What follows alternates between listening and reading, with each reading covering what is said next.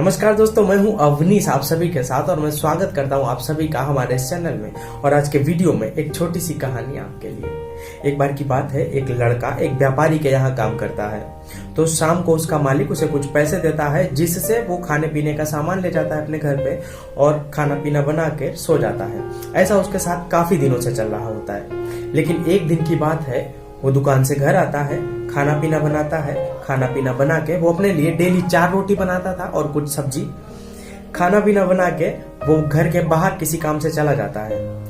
जब वो वापस आता है खाना खाने के लिए, अपने बर्तन उठाता है तो देखता है उसमें केवल 3 रोटी बची थी। एक रोटी उसकी गायब थी। तो वो हैरान हो जाता है, क्योंकि उसके घर में उसके अलावा और कोई नहीं रहता था। वो खाना खा लेता है और सो जाता है। दूसरे दिन काम पे जाता है। शाम को जब वापस घर पे आता है तो मालिक उसे कुछ पैसे देता है, जिससे वो अपने खाने पीने का सामान लाता है और घर पे खाना बनाता है और रख देता है। दूसरे दिन भी किसी काम से बाहर निकल जाता है, लेकिन जब वो वापस आता है फिर से वही हाल।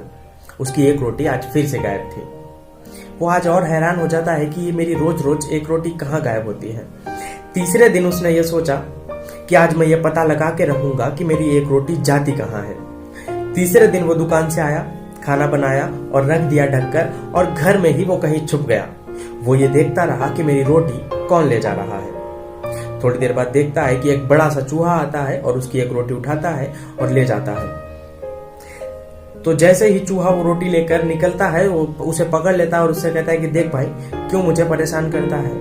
मेरा मालिक वैसे ही मुझे इतने रुपए देता है जिससे मैं एक दिन का खाना खा सकूं, और तू उसमें भी मेरी एक रोटी कम कर देता है। तो चूहा बोलता है कि देख, मैं मुझसे ज्यादा तेरी मेरी मत कर, मैं किसी का भागे का नहीं खा रहा हूँ, मैं तो अपने भागे का खा रहा हूँ। तो वो लड़का उससे बोलता है कि देख भाई, मैं वैसे ही परेशान हूँ, मुझे ज्यादा परेशान ना कर। तो वो चूहा उससे बोलता है कि तू ज्यादा परेशान है तो तू गौतम बुद्ध के पास जा, वो तेरी समस्या का समाधान निकाल देंगे। तो वो कहता है ठीक है भाई। दूसरे दिन सुबह ही अपने मालिक के पास जाता है और उससे कुछ दिन की छुट्टी मांगता है। छुट्टी लेकर गौतम बुद्ध के पास जाने के लिए निकल देता है। चलते चलते उसे रात्रि हो जाती है और काफी अंधेरा हो जाता है। थोड़ी दूर चलने पर उसे एक घर दिखाई देता है जिसमें एक बूढ़ी माँ रहती है। वो जाता है, दरवाजे की कुंडी बजाता है, उसमें से अंदर से एक बूढ़ी माँ निकल के आती है। वो लड़का उससे बोलता है कि माँ जी, मैं एक राहगीर हूँ, मुझे अपने घर में पनाह दीजिए, मैं यहाँ रात्रि बसेरा करके सवेरे यहाँ से चला जाऊंगा। वो बूढ़ी माँ उससे पूछती है, बेटा वो सब तो ठीक है, लेकिन तुम जा कहाँ रहे हो।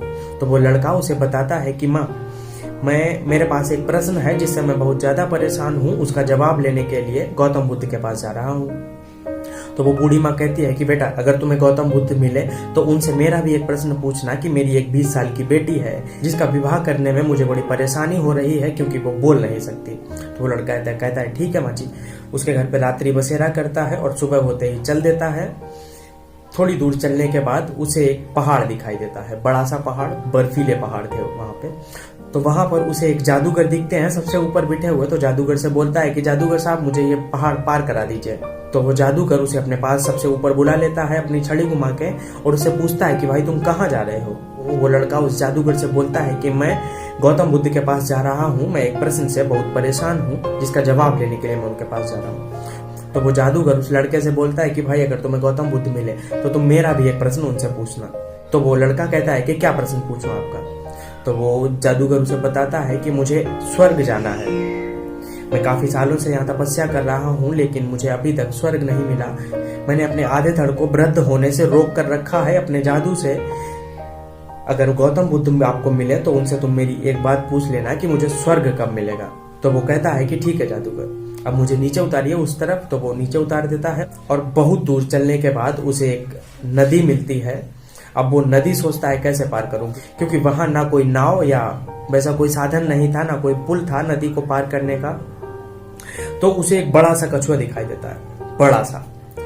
तो वो कहता है कि कछुआ जी, तुम मुझे उस तरफ पार करा दोगे। तो कछुआ पूछता है कि क्यों नहीं, बिल्कुल, आ जाओ मेरे ऊपर। तो वो उसके ऊपर बैठ जाता है और वो उसे नदी पार करा देता है। तो कछुआ उससे पूछता है कि तुम जा कहाँ रहे हो वैसे।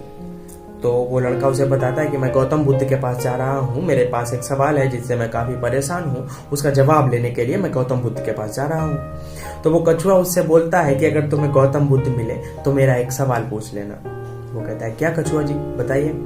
तो कछुआ उसे बताता है कि मैं एक ड्रैगन बनना चाहता हूँ, मैं ड्रैगन कैसे बनूंगा और कब बनूंगा ये गौतम बुद्ध से पूछ लेना और मुझे ये बता देना। तो वो लड़का उससे कहता है कि जैसा तुम कहो, और वहां से चल देता है, पहुंचता है गौतम बुद्ध के पास। बहुत ज्यादा भीड़ लगी थी वहां पे, काफी सारे लोग बैठे थे। थोड़ी देर के बाद गौतम बुद्ध आते हैं, अपने आसन पर विराजमान होते हैं और ये अनाउंसमेंट करवाते हैं कि हर आदमी मुझसे 3 सवाल पूछ सकता है। अब ये लड़का परेशान होने लगा क्योंकि इसके पास 4 सवाल हो गए थे।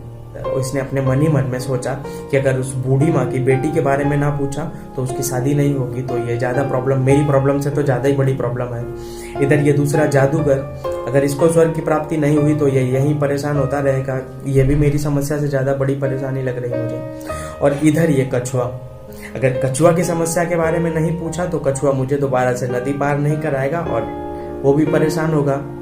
उसने अपनी समस्या छोड़कर उन तीनों के बारे में सवाल पूछा।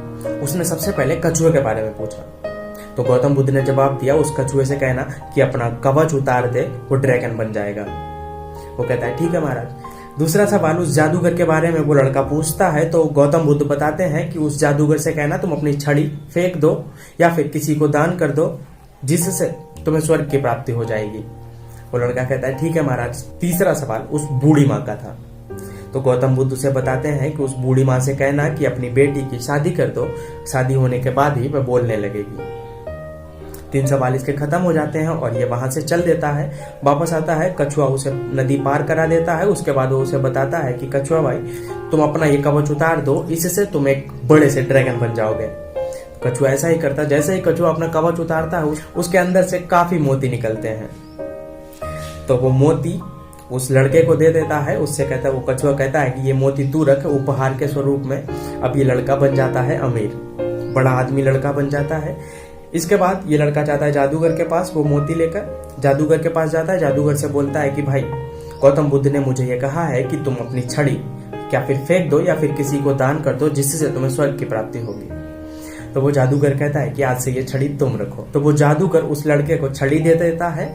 अब उस लड़के के पास पैसा भी आ गया, शक्ति भी आ गई। चलते चलते थोड़ी दूर पहुंचता है, उस बूढ़ी माँ का घर आता है। उस बूढ़ी माँ से कहता है कि माँ जी आप इस लड़की की शादी कर दो, जिसके बाद ही यह बोलने लगेगी, ऐसा गौतम बुद्ध ने कहा है। तो वो बूढ़ी माँ प्रसन्न हो जाती है और उस लड़के से कहती है कि तुमसे बढ़िया दामाद मुझे और कहाँ मिलेगा। उस लड़के से उस लड़की की शादी करा देती है और वो लड़की बोलने लगती है। अब इसका घर परिवार बन गया, इस लड़के की शादी भी हो गई, इसके पास पैसा भी आ गया और शक्तियां भी आ गई, ये जादूगर भी बन गया। तो तभी कहते हैं ना, दूसरों के लिए अगर आप सोचते हैं तो आपका भला अपने आप होता है। आपके बारे में अगर आप दूसरों के बारे में सोचते हैं तो आपके बारे में ऊपर वाला सोचता है। तो कैसी लगी कहानी कमेंट करके जरूर बताइएगा, और वीडियो अगर अच्छा लगा हो तो वीडियो को लाइक कर दीजिए, और अगर आप हमारे चैनल पर नए हैं तो चैनल को सब्सक्राइब कर लीजिए। Thank you so much.